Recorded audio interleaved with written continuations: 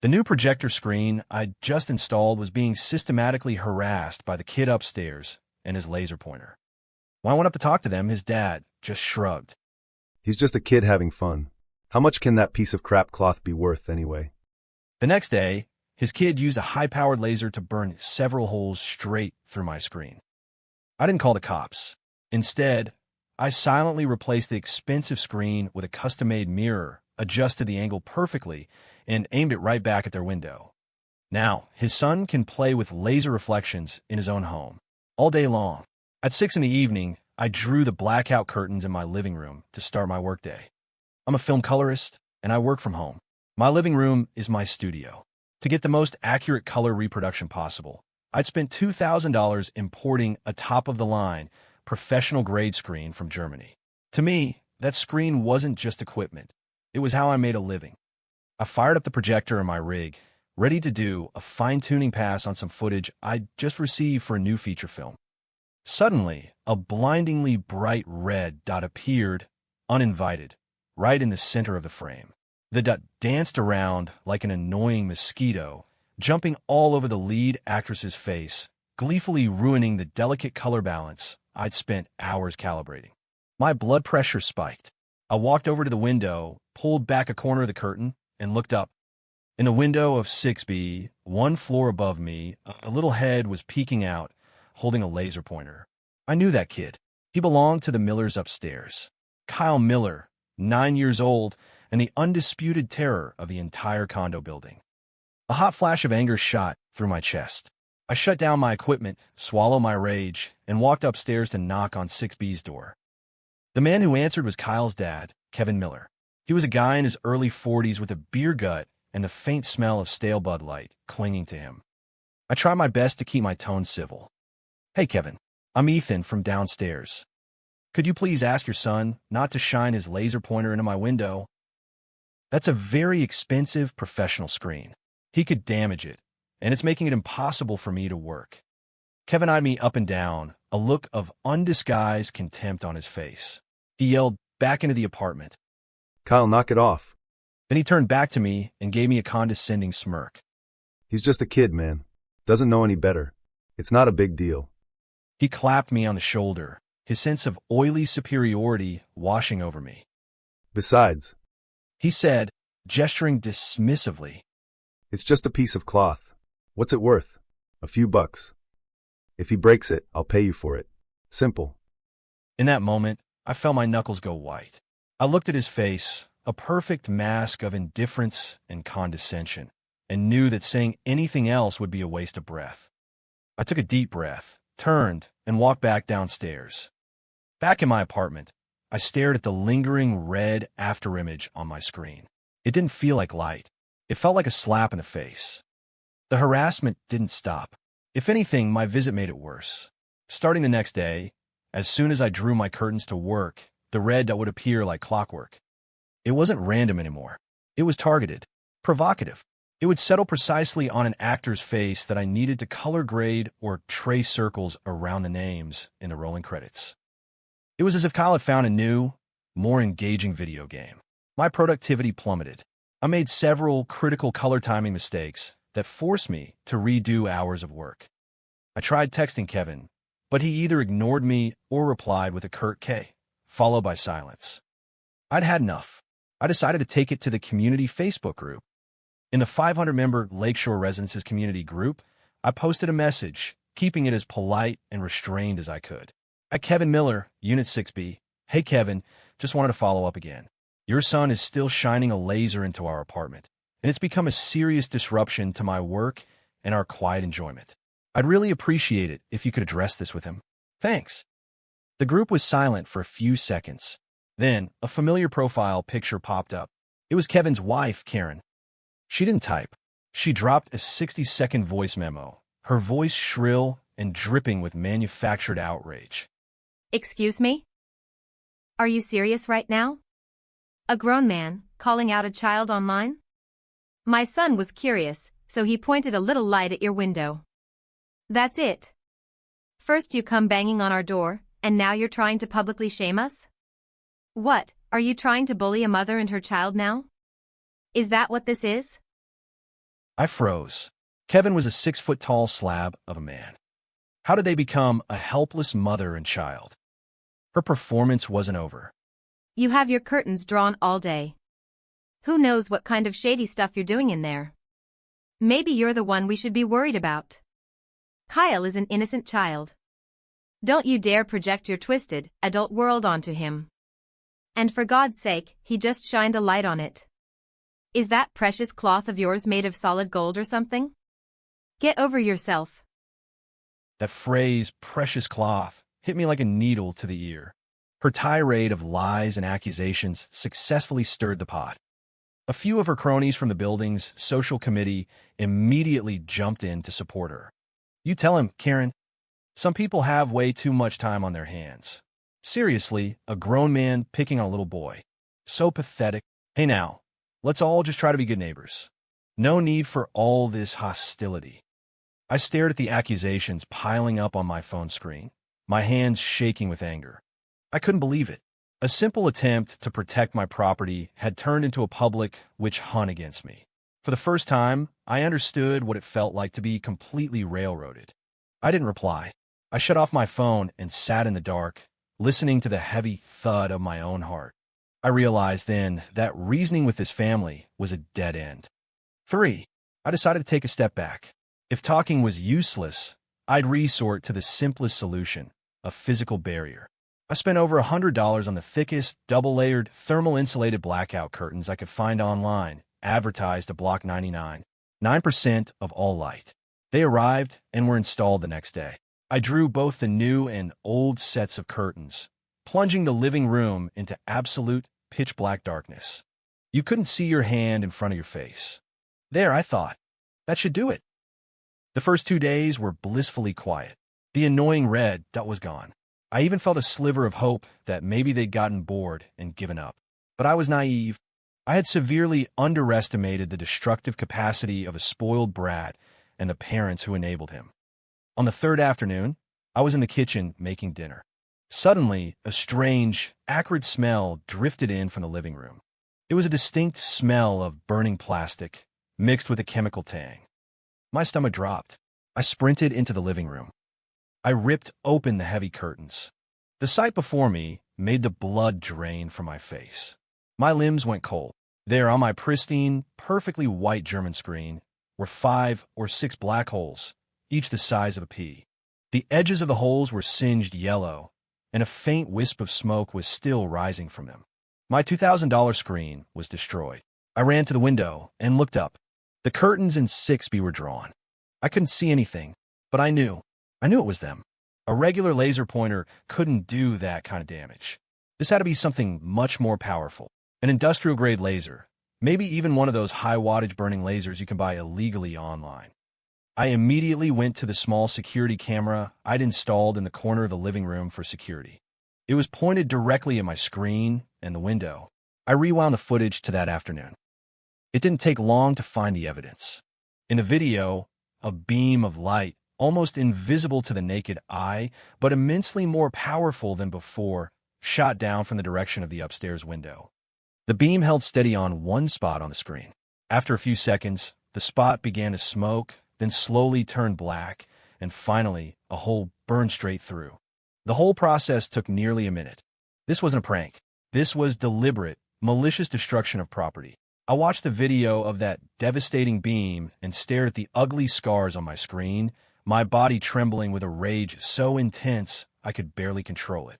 It erupted in my chest like a volcano, burning away the last of my patience. I didn't storm upstairs to confront them, and I didn't call the police. Because I knew, with people like that, the cops would just mediate. They'd be forced to pay for it, and that would be the end of it. But I wanted more than just money. I wanted them to pay a real price for what they'd done, a lesson they would never forget. I calmly shut off the camera and removed the memory card. Then I opened my laptop, went to Google, and slowly, deliberately typed in a few words. Large format, high reflectivity, first surface mirror. The game was about to change. I didn't confront the Millers. I didn't post another word in the Facebook group. I went about my life as if nothing had happened. My strange silence seemed to unnerve Karen. She even posted a passive-aggressive comment in the group. Wonder why it's so quiet downstairs all of a sudden? Hope he's not cooking up some crazy scheme. I ignored her. All my energy was focused on my plan for revenge. First, I carefully detached the ruined screen from the wall. I rolled it up, wrapped it in protective plastic, and stored it in a closet. It was Exhibit A. Next, I precisely measured its dimensions, 7. 2 feet long, 4. 1 feet wide. Now, I needed to find the perfect weapon to replace it. My first thought was simple, just hang a regular mirror. But I quickly dismissed that. A standard mirror's reflectivity isn't high enough, and glass can shatter, making it a safety hazard. I needed a smart bomb, something that could return the laser's energy with near-perfect efficiency. As I was trying to figure it out, I remembered someone, Mr. Peterson, who lived up on the 17th floor. Pete was a retired high school physics teacher. He'd taught optics for 30 years and was a total tech geek who loved tinkering with gadgets. I'd run into him in the elevator a few times, and he'd struck up a conversation about the blue light blocking coating on my glasses. He'd left a strong impression. On a whim, I bought a nice bottle of wine and knocked on his door. Pete's apartment looked like a small science museum. A telescope stood by the window, and his bookshelves were crammed with textbooks and scientific journals. I told him the whole story, from the initial laser harassment to my screen being burned. When I finished, Pete slapped his thigh in anger. That's outrageous. That Kevin Miller and his family have been bullying people in this building for years. This isn't just a prank anymore, Ethan. This is willful destruction of private property. It's a crime. When I told him about my mirror revenge plan, Pete's eyes lit up. He adjusted his glasses, a spark of academic excitement on his face. My boy, that is a brilliant idea. He exclaimed. It's a classic case of giving them a taste of their own medicine, but the physics version. He immediately pulled me over to his desk, spread out a large sheet of paper, and started sketching diagrams. See, a regular mirror won't do. We need what's called a first surface mirror, or an optical mirror. The reflective coating is on the front surface of the substrate, not behind it. It eliminates ghosting and can have a reflectivity of over 95%. And the angle is crucial. You're on the 5th floor, they're on the 6th. The height difference is about 9 feet. We'll need the precise horizontal distance from your wall to their window. According to the law of reflection, the angle of incidence equals the angle of reflection. We can calculate the exact tilt of the mirror to ensure the beam travels right back where it came from, directly into their window. Pete grew more and more animated, as if this weren't about revenge, but about conducting a rigorous scientific experiment. Under his expert guidance, my plan became clearer, sharper, and more perfect. I needed a custom-built, large-format, high-reflectivity optical mirror calculated to the precise angle for perfect retribution. With Pete's help, I quickly found an online company that specialized in custom optical instruments. I gave them my specifications, dimensions, material, desired reflectivity. After hearing my request, the representative on the phone paused. Sir, is this for some kind of large-scale laboratory experiment? I was intentionally vague. Something like that. A research project on light pollution. In the end, I paid $500 for a custom-cut 7, 2x4, 1-foot acrylic optical mirror. It used a dielectric coating that gave it a reflectivity of 98%, and it was lighter and safer than glass. During the 3 days I waited for the mirror to be fabricated, I kept busy. Using a laser distance measure, I got the exact vertical and horizontal distances between my wall and their window. Pete plugged the numbers into a series of trigonometric and optical formulas, calculating a precise tilt angle for me. 5 degrees. As long as my mirror was mounted at that exact angle, any light beam coming from Kyle Miller's room will be sent straight back to its source. To make my plan even more foolproof, I bought a tiny vibration sensor online. I planned to attach it to the back of the mirror. The sensor connected to an app on my phone. The constant impact of high-energy photons from a laser beam would create a micro-vibration on the mirror's surface, triggering an alert and notifying me instantly. That way, I'd know exactly when the enemy was making a move. 3 days later, the mirror arrived. It came in a massive wooden crate. I couldn't wait to open it. The surface was as smooth as still water, gleaming with a cold, metallic luster that seemed to reflect a person's very soul. It was a work of art, an art piece born for vengeance. I didn't make a fuss. I waited until late at night and hired 2 handymen to come and install it. I told them it was a piece of modern art and had to be mounted at a very specific angle. They thought it was odd, but for the right price, they did exactly as I asked. Using heavy-duty brackets, they secured the mirror firmly to my living room wall in the exact same spot where the screen had been, tilted at 5 degrees, not a fraction more or less. Once it was up, I drew the curtains, and the mirror was completely hidden from view. From the outside, my apartment looked exactly the same. Finally, I attached the small vibration sensor to the back and synced it with the app on my phone. Everything was ready. I sat on my couch, staring at the app's interface on my screen, and felt a profound sense of calm. I had set a trap, a perfect, seamless trap built on the principles of physics and modern technology. Now, all I had to do was wait for my unsuspecting prey to walk right into it. I waited for 2 days. During that time, all was quiet, not a peep from upstairs. I even started to wonder if they'd finally gotten bored of their little game. Then, on the 3rd afternoon, I was in my home office answering emails. My phone, sitting on the desk, suddenly buzzed twice. A bright red notification banner flashed across the screen. It was the sensor app. The message was just 3 words: high-frequency vibration detected. He's back. My heart gave a single, hard thump, but it was immediately replaced by a feeling of cold, sharp excitement. I knew Kyle Miller, the little monster, was at it again. I didn't rush into the living room to look. I didn't even get up from my chair. I just leaned back, closed my eyes, and waited. In my mind, I pictured it all. That malicious beam of light, traveling through the air, aimed at my window. It pierced my curtains, striking the cold, unforgiving surface of the optical mirror. Then, governed by the immutable laws of physics, 98% of its energy was reflected, without mercy, back along a 5-degree angle. Its new destination, the exact point from which it came, the window of apartment 6B. Sure enough, less than 30 seconds later, a child's terrified scream ripped through the ceiling. It was high-pitched and sharp, filled with a sudden, primal fear. It was immediately followed by Karen Miller's frantic shouting. Kyle. What's wrong? Your eyes. What happened to your eyes?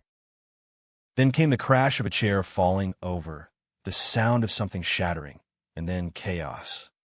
I could picture the scene perfectly. Kyle, smugly aiming his laser cannon at my apartment. And then, in an instant, an identical, blindingly bright beam shooting back at him, catching him square in the eye.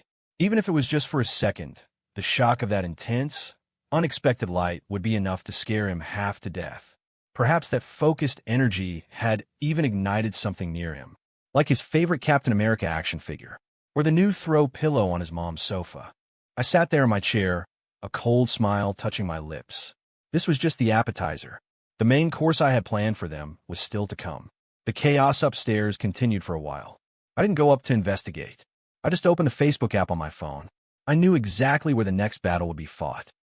As expected, 5 minutes later, the community Facebook group exploded. Karen Miller's name flooded the feed.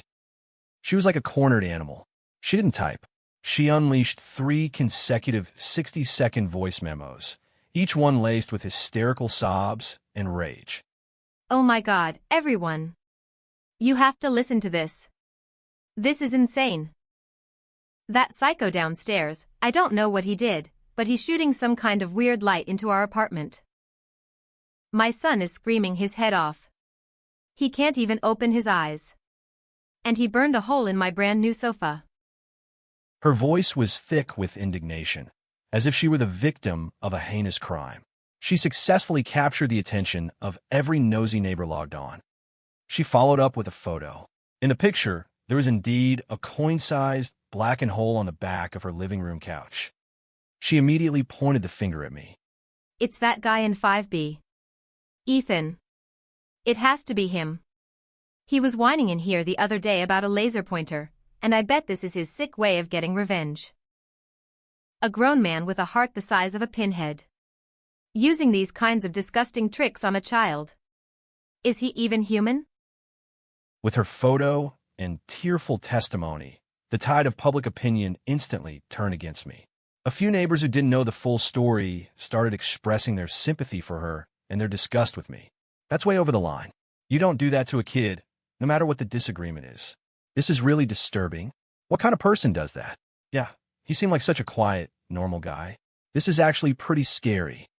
Kevin Miller then made a timely appearance. He didn't rant like Karen. He posted a carefully worded text comment, trying to sound like the rational one, but it was dripping with threats. At Ethan Cole, I don't know what you think you're doing, but you need to stop this dangerous behavior immediately. If anything happens to my son, I will hold you personally responsible. I'm about to file a police report. What you're doing is assault. He expertly framed himself as the victim and painted me as a violent criminal. The two of them worked in perfect harmony. In the court of public opinion, I was now the neighborhood psycho. I watched them perform, not typing a single word in my own defense. I was waiting for them to work the crowd into a frenzy, waiting for every eye in the building to be on this drama. And then I would deliver the finishing blow. Once the group's atmosphere had reached a fever pitch, with people calling for the HOA to evict me, I finally made my move. Calmly, I posted a photo. It was a close-up of my ruined German projector screen. The charred black holes looked especially stark under the camera's flash. Next, I posted a short, edited video. The first half was the crystal-clear security footage of Kyle Miller aiming a laser at my screen for an extended period, culminating in the screen smoking and burning through. The second half of the video was a screen recording of my online order, the customs invoice, and a credit card statement with the $2,000 price tag circled in red. Finally, I slowly typed out my response. Hello everyone, this is Ethan from 5B. Regarding Mrs. Miller's post about a weird light, I'd like to clarify a few things. First, as you can see from the video and photos, it was Mr. and Mrs. Miller's son, Kyle, who initiated this by using a high-powered laser to deliberately destroy my personal property, valued at $2,000. Second, I do not have any weird weapons in my apartment, nor am I shooting anything at anyone. After my screen was destroyed, I was feeling a bit paranoid, so I simply hung a new mirror in the same spot for peace of mind. Some people use them for feng shui. I just think it opens up the room. As for why a light might have been reflected into your apartment, I think that's a question for your son. After all, what happens when you shine a flashlight into a mirror is basic physics. Even an elementary schooler should know that. If someone is reckless enough to repeatedly point a dangerous, restricted laser at a neighbor's window, they can't be surprised when it reflects back at them. In fact, you might even say they had it coming. My response, backed by photos, video, and a touch of cold sarcasm, was a bombshell. The Facebook group went dead silent. All the neighbors who had been siding with Karen suddenly had nothing to say. The chain of evidence was airtight. Motive, harassment, crime, destruction of property, proof, video, and damages receipts. I had it all. And my method of retaliation was so beautifully, elegantly legal. I just hung up a mirror. You shined a laser in my home, and it bounced back. How is that my fault? A few minutes later, Karen started spamming the chat in a frenzy. You're lying. You faked the video. The receipt is a forgery. But her impotent rage was pathetic against the mountain of digital evidence. Kevin Miller said nothing at all. He knew he had picked a fight with the wrong person. Humiliated in the online battle, Kevin was furious. Since aggression hadn't worked, he decided to try a different kind of pressure. The next afternoon, my doorbell rang. I looked through the peephole and saw 3 people. Kevin, Mr. Davis from the building's management office, and a woman I didn't recognize in a polo shirt that said HOA board. Great. He brought in reinforcements. I opened the door, but didn't invite them in. Mr. Davis, the building manager, wrung his hands and spoke first, looking deeply uncomfortable. Ethan, look, this whole thing has gotten out of hand. We're all neighbors here, let's try to find some common ground. Kevin's kid made a mistake, he knows that, and he'll have a talk with him. But you have to admit, hanging a giant mirror like that, aimed at someone's window? It creates a lot of glare. It's a bit of a nuisance. I almost laughed at his choice of words. When science didn't work for them, they pivoted to nuisance complaints. Before I could respond, Kevin, his face a grim mask, spoke in a commanding tone. I don't care what you call it. Take it down. Now. The glare from that thing is giving my wife headaches. It's disrupting our lives. I looked straight at him and spoke calmly. First, this is my home. I am legally entitled to hang a mirror on my own wall as decoration. It violates no laws and no building bylaws. Second, a mirror doesn't create light. It only reflects it. If you're being bothered by a reflection, you should ask yourself where the light is coming from in the first place and who is pointing it at my apartment. Third, I paused, my voice turning to ice. Your son, Kyle, deliberately destroyed $2,000 of my property. I have the entire incident recorded on video. So, we can either stand here and talk about your headaches, or we can sit down and talk about how you're going to compensate me for the damages. Or, better yet, we can call the police right now and have them come sort this all out. I'm sure they'd be very interested in my evidence. My voice was quiet, but every word landed like a hammer blow. Kevin's face turned a blotchy, purplish red. He pointed a trembling finger at me and stammered, You. but couldn't form a sentence. Mr. Davis, seeing that this mediation was dead on arrival, quickly stepped in. Okay, let's all just calm down. Then take it easy. Kevin, let's just take a walk. We'll figure something else out. He practically had to drag Kevin away from my door. I watched them retreat down the hall and let out a cold, humorless laugh. You want to play this game? You have no idea what you're up against. I knew Kevin wouldn't let it go, and I was eagerly waiting for his next idiotic move. Kevin's retaliation came sooner and was far dumber than I ever could have imagined. He was quiet for the next few days. No visits, no posts in the Facebook group. All was calm in the building, but I knew it was the calm before the storm. Sure enough, on Friday night, around 2 a.m., I was woken by a strange scraping sound coming from the roof. It sounded like something heavy being dragged, mixed with the screech of metal on concrete. A knot of apprehension tightened in my stomach. I immediately opened the security camera app on my phone. I'd also installed a small, weatherproof camera on my balcony, aimed up at my window and the exterior wall above it. The footage showed a shocking scene. Two shadowy figures were rappelling from the edge of the roof. One of them, judging by the build and the telltale bald spot, was Kevin Miller. The other was an accomplice. They were actually dangling from ropes, suspended in the middle of the night, like something out of a bad spy movie. Their target was the exterior wall outside my living room, right where my mirror was mounted. I could see Kevin was holding something. It was hard to make out in the dark, but it looked like a hammer. His intention was painfully obvious. He was going to smash my mirror from the outside. I was genuinely stunned by the sheer stupidity of his plan.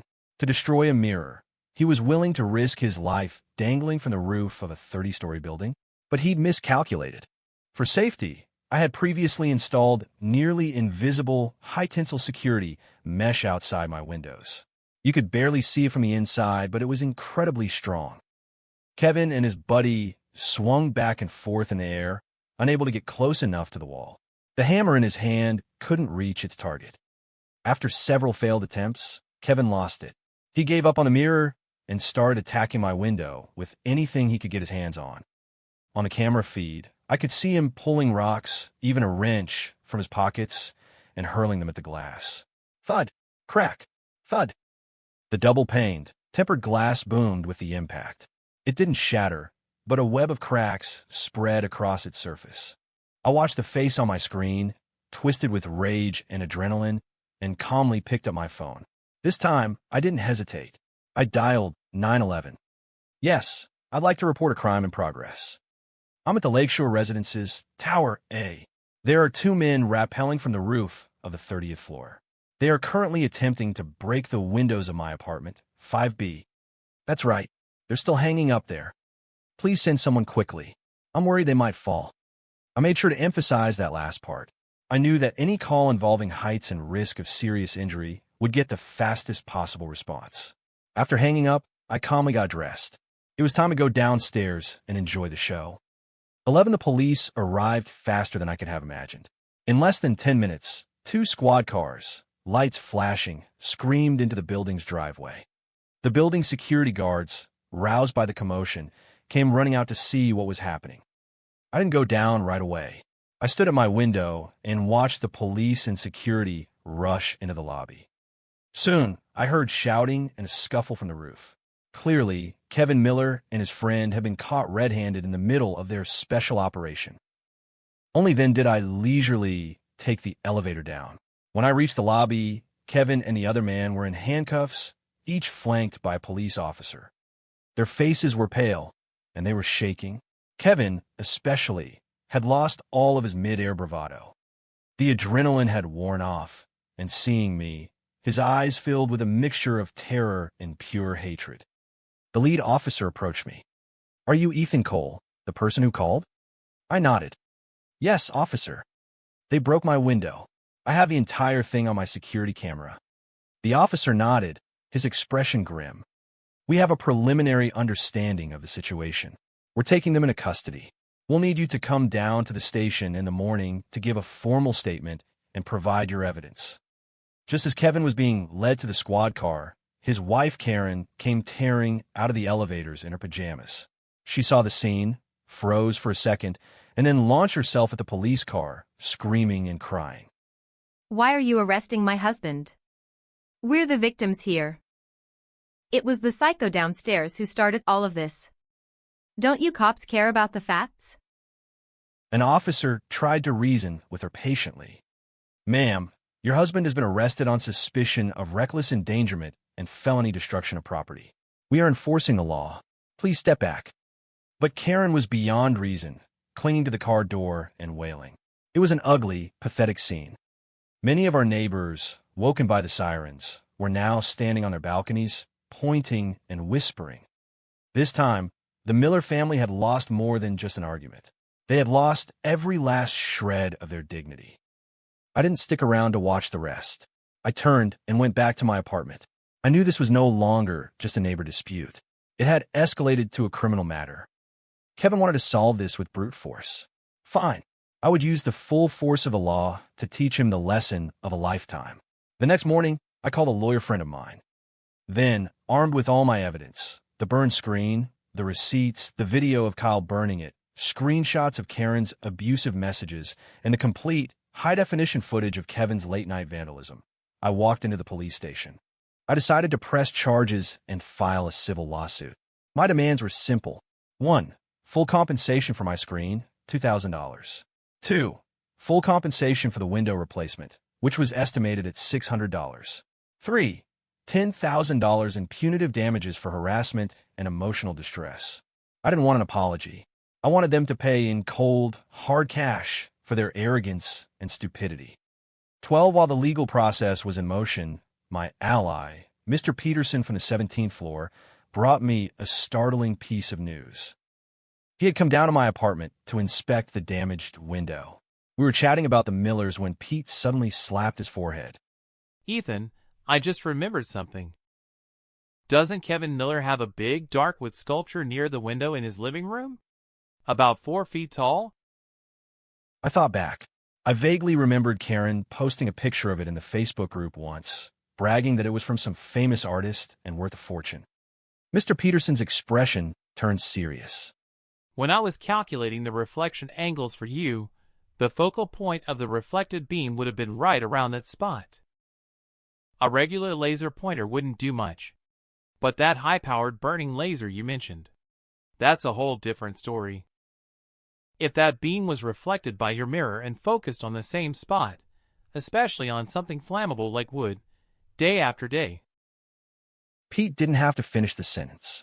We both understood the implications. We looked at each other, a flicker of shock in our eyes. A wild theory began to form. Karen had complained that the laser had burned a hole in her new sofa. What if that was just the beginning? What if Kyle, being the brat that he was, hadn't just used the powerful laser once? What if the reflected energy had been slowly, steadily cooking that expensive wood sculpture for days? Our theory was confirmed sooner than we could have imagined. A few days later, on a Saturday afternoon, the piercing sound of a fire alarm echoed through the building. A fire truck was parked outside our tower. The community Facebook group lit up. "What's going on? Is there a fire?" "I think it's in Tower A, 6th floor. I can see smoke from the window." "The 6th floor? Isn't that the Miller's apartment?" Soon after, the building manager posted an official notice. A small fire had broken out in Unit 6B. The fire was extinguished, there were no injuries, and the cause was under investigation. According to neighbors who were on the scene, the fire wasn't large, but it had left the entire living room blackened with soot and in complete disarray. The point of origin for the fire was right next to the living room window, and the object that had burned, now a charred stump of charcoal, was the very same sculpture Kevin had been so proud of, the one he claimed was worth over $50,000.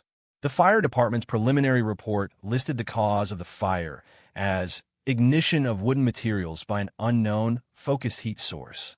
An unknown, focused heat source. When I read those words, I almost laughed out loud. What goes around comes around. The Millers used a laser to burn my property. Now, that same laser, in a way they could never have predicted, had come back to burn theirs. It was, I thought, the most perfect kind of justice. 13. The final outcome was exactly what you'd expect. For the charge of felony destruction of property, Kevin Miller avoided jail time, but was sentenced to probation, a hefty fine, and community service. The arrest left a permanent mark on his record. As for my civil suit, the judge ruled swiftly in my favor. Presented with a mountain of incontrovertible evidence, the Millers had no defense. The court ordered them to pay me in full, $2,000 for the screen, $600 for the window, and $10,000 in punitive damages, for a total of $12,600. Their prized wood sculpture, because the fire was determined to have been caused by the actions of their own son, was not covered by their homeowner's insurance. $50,000 gone up in smoke. The 1-2 punch of a criminal record and massive financial loss completely broke the family that had once terrorized the building. The news of Kevin's arrest also damaged his reputation at work, and his business reportedly took a major hit. Less than 6 months later, they quietly sold their condo and moved away. I heard most of the money from the sale went to cover their debts. After they were gone, I finally took down the mirror, my silent, gleaming accomplice. Using the money from the settlement, I bought a brand new German screen, identical to the first, and installed it in its rightful place. As the pristine screen unrolled and the projector cast a clean, perfectly calibrated image onto its surface, I felt a sense of peace I hadn't felt in months. My world had finally been restored to its proper order. The incident made me something of a legend in the building. The way my neighbors looked at me changed from that quiet guy to something approaching awe. No one dared to leave their trash in the hallway anymore. No one parked in someone else's spot. Everyone knew that a quiet, unassuming guy who understood physics lived in 5B, and he was not to be messed with. I'm no legend. I'm just a regular person who wants to work and live in peace. I never start trouble, but when my boundaries are violated, my property is destroyed, and my dignity is trampled, I will not back down. I simply used a language they could understand to have a conversation on an equal footing. And it turns out that this kind of communication is far more effective than just talking. Outside my window, the Chicago skyline glittered against the night. Inside my living room, the light and shadows danced across my screen, the colors sharp and true. Everything was exactly as it should be.